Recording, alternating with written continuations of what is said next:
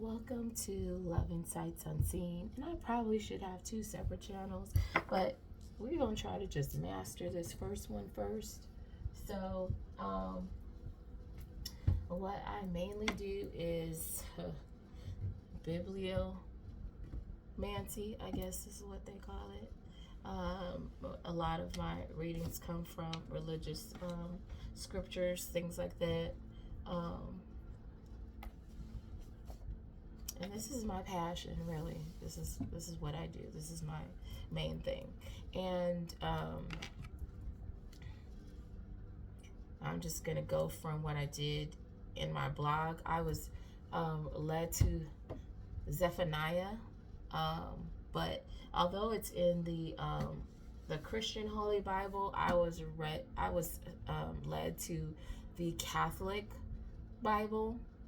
And there's a reason for that, because this Catholic version has exactly what I needed to hear. I was kind of like feeling, a little down about getting all these readings about a death and destruction. And you kind of begin to question yourself as far as, why is it right for me to deliver these messages? Is it, you just have a lot of why questions. And so I was asking the Most High God in prayer, just like, am I doing the right thing? Because you begin to question yourself, and you don't know if people are listening, and you don't know if you're making any kind of impact at all. And so, I was led to this part of the Bible, and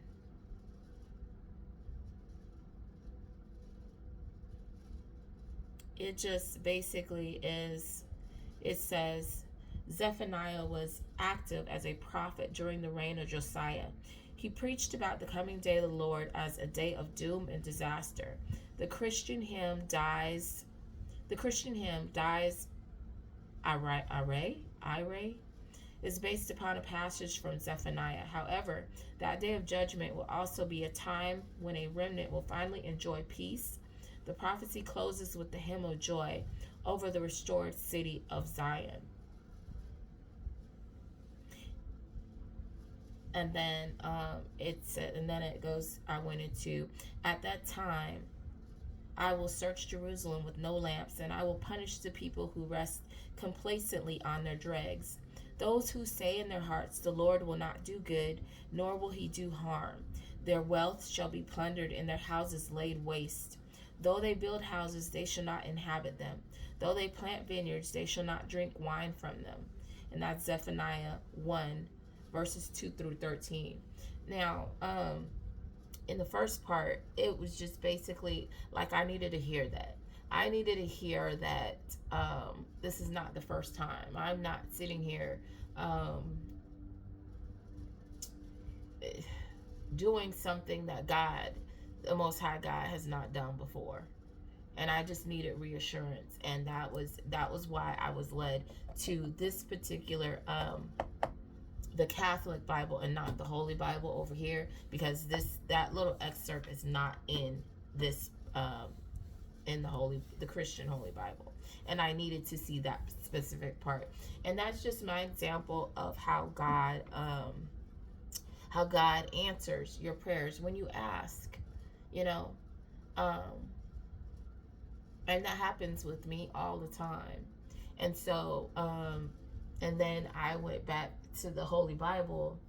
We'll finish Zephaniah first.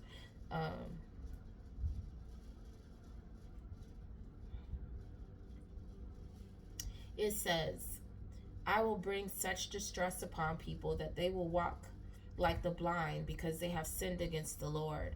Their blood shall be poured out like dust, and their flesh like dung. Neither their silver nor their gold will be able to save them. On the day of the Lord's wrath, and the fire of his passion, the whole earth shall be consumed for a terrible end he will make of all the inhabitants of the earth. So, a lot of these people, are claiming that they're religious or whatever, but they really have no faith in the Most High God.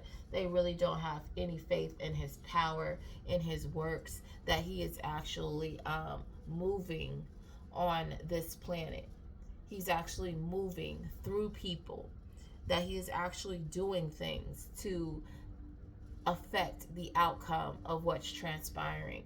They didn't believe that. They don't believe that. They think that, it's just a story of somebody long since gone.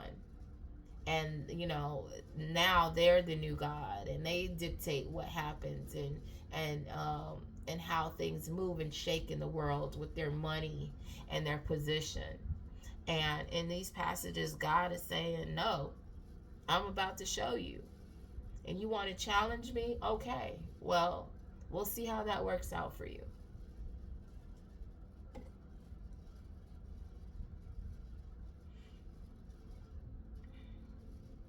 Um,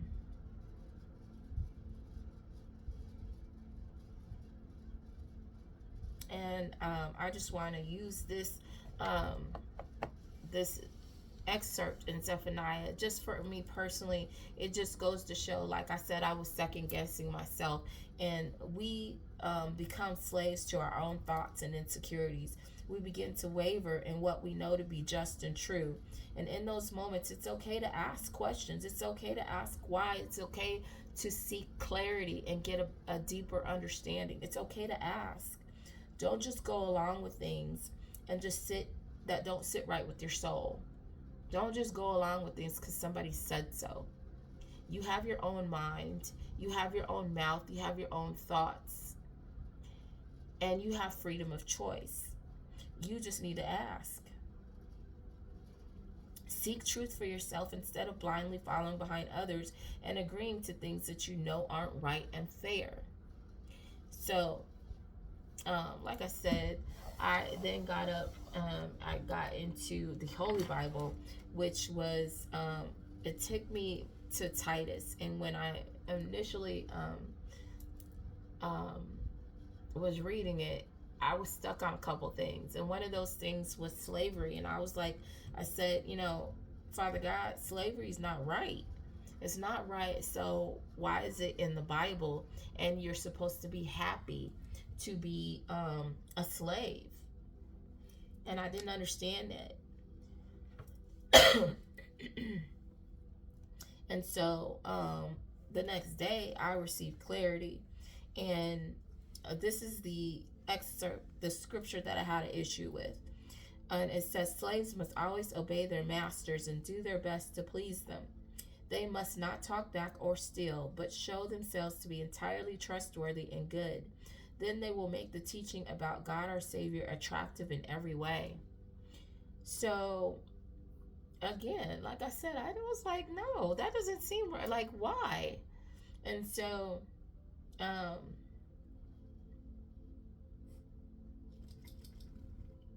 first, let's go back to the law of Moses, which was set to basically set the groundwork in people's mind and give them discipline until they reach a level of spiritual maturity where they can be freed from the bondage. When you reach the level where those spiritual laws become innate, you become open spiritually to an even greater understanding and relationship with your higher power and the universe itself as a whole. So the law of Moses is supposed to get you to have the initial groundwork, that initial, like the 10 Commandments. It's just supposed to basically, you're supposed to get those laws grounded in.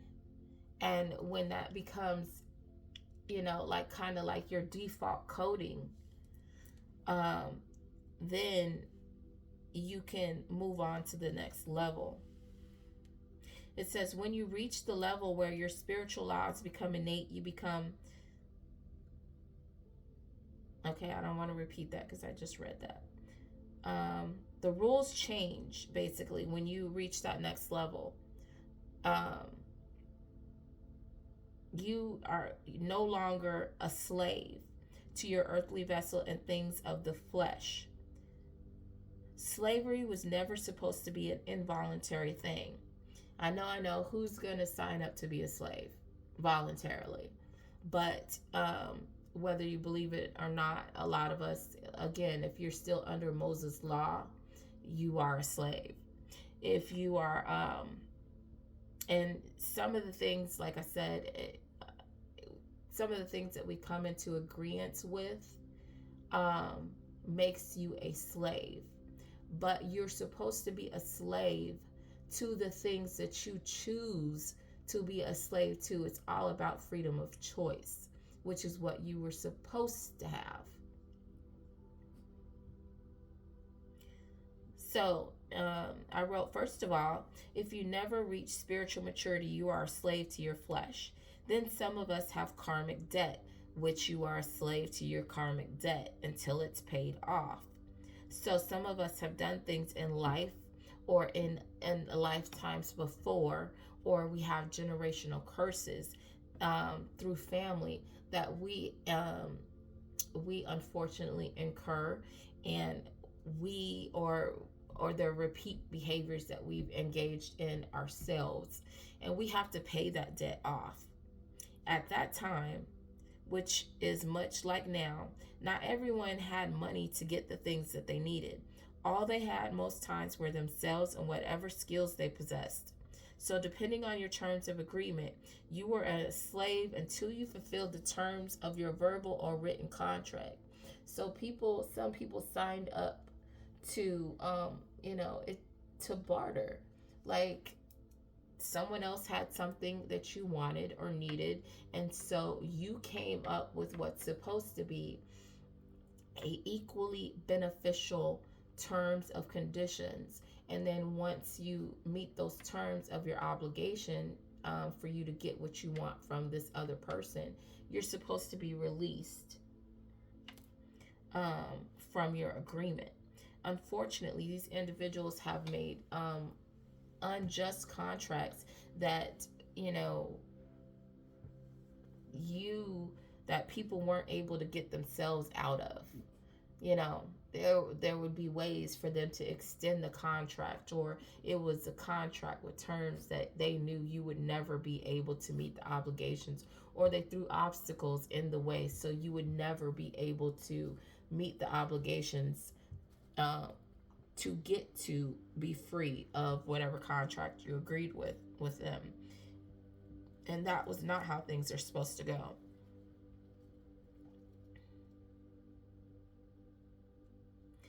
You were supposed to have a choice. You weren't supposed to be forced, kidnapped, stolen, sold without your permission, or born in slavery. You weren't supposed to be beaten and forced under threat of death. You weren't supposed to be tricked under misleading contracts with terms that you could never satisfy. So you're stuck in a slave contract indefinitely. These were meant to be bartering contracts that were mutually beneficial for all parties. Much like the story of Genesis, where Jacob marries the two sisters in exchange for years of free labor as his payment for their hands in marriage. After his commitment is met, he is supposed to be free to live his life. That is what slavery was supposed to look like. So if we go back to that story, Jacob made a deal with the father of, he actually wanted one particular daughter, but the daughter that he wanted, if I remember correctly, was younger, and it was not custom for the younger daughter to be married off before the older one. So he had to work and extend his work contract, and then he would have both daughters' hands in marriage as his payment, and then he would have met his obligation, and he wouldn't have had to work for the father anymore. Evil people once again took a concept and distorted it to their advantage in order to keep people down. And that's not what they were supposed to do. They were supposed to make sure that sorry about that, that this was a mutually beneficial situation. And if we think of a modern time situation, we can think back to Prince, who had, if, at one of the award ceremonies, he had the word slave. And he was seen in many appearances with the word slave written on his cheek. And that's because when he first started out into trying to break into fame, and Prince is he's not just a singer, he's a talented musician, plays several instruments, and writes his own songs. I mean, just a genius at what he does, which he should have gotten full contract. Um, what word am I using? He should have gotten his he should have been awarded for his talents. Um, and so when he first came out, of course, when you're coming from humble beginnings and you're stepping into this big realm where you're all of a sudden going to get money, um, they're going to dress it up like that's more money than you've ever come in contact with. So you're just looking at it like, yeah, I want that. Yeah, I want that. But they're not telling you how they set it up, where, the things that you need in order to make it look like the star that they want you to be is going to cost, X amount of dollars. And these are the prices that these people set up. So it's going to cost you X amount of dollars to get this done, and to get these this PR person, these people to do your video, these people to do all these things, and then the bill is adding up that they've created on their tab, technically your tab, but these are how they can legitimize taking from you and not giving you credit for your work, being in control of your artistic talent, um, and getting paid off of it while they just sit there and work you and overwork you, and take from you as you create as an artist. Um, he just wanted control of what he was generating, what he was making, and they refused to give it.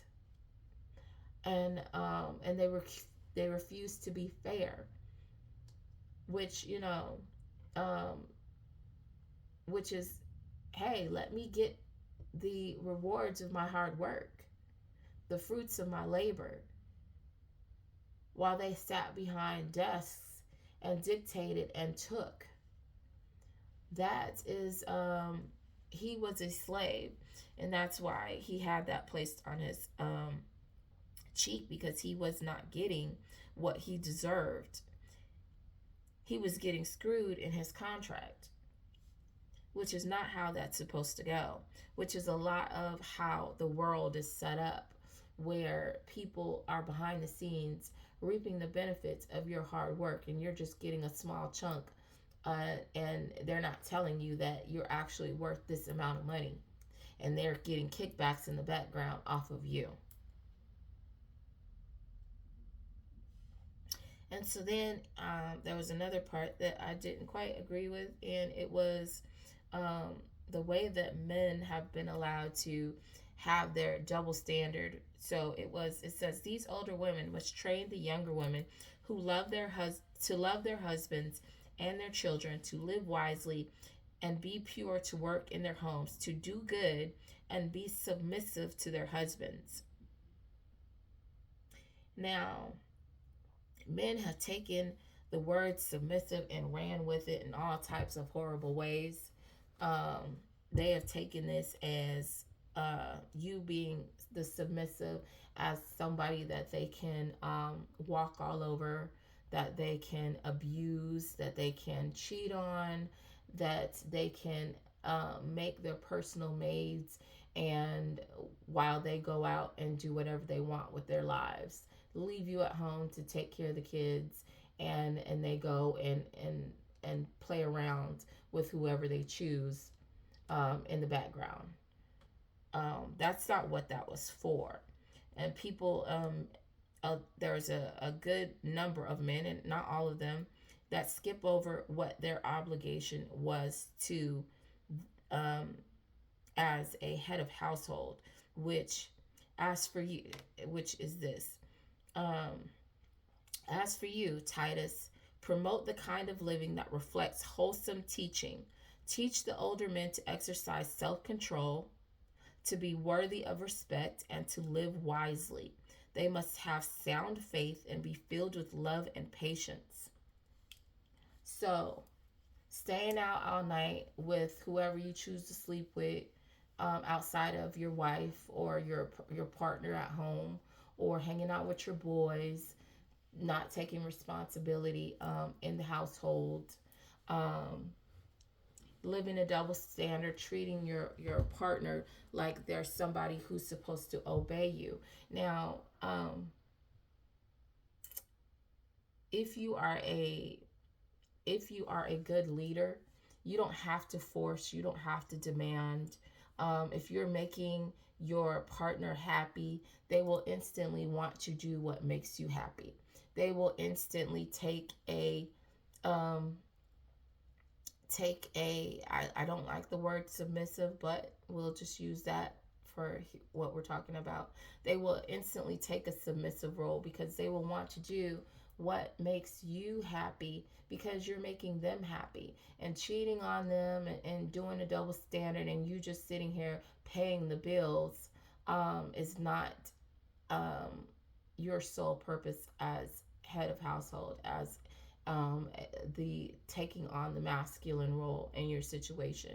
You are supposed to be loving, be patient, and take care of your partner as well, and not pretend. A lot of these people are out here pretending and living a double life, and that's not what's supposed to happen.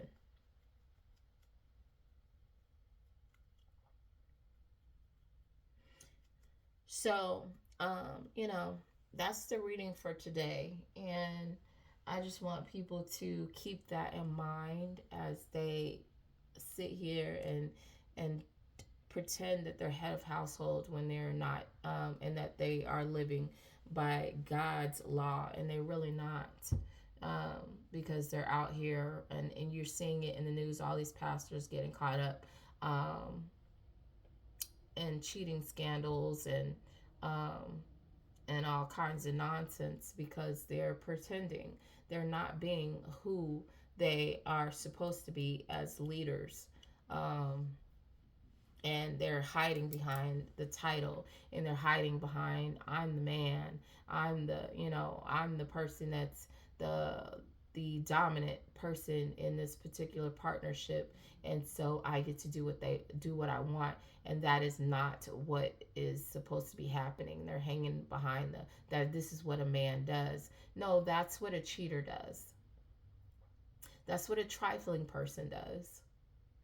It's not what a man does. A man has self-control, and I need to keep reiterating that word: self-control, self-control, control of self, control of your vessel, control of your urges, control of your mouth, control of your hands,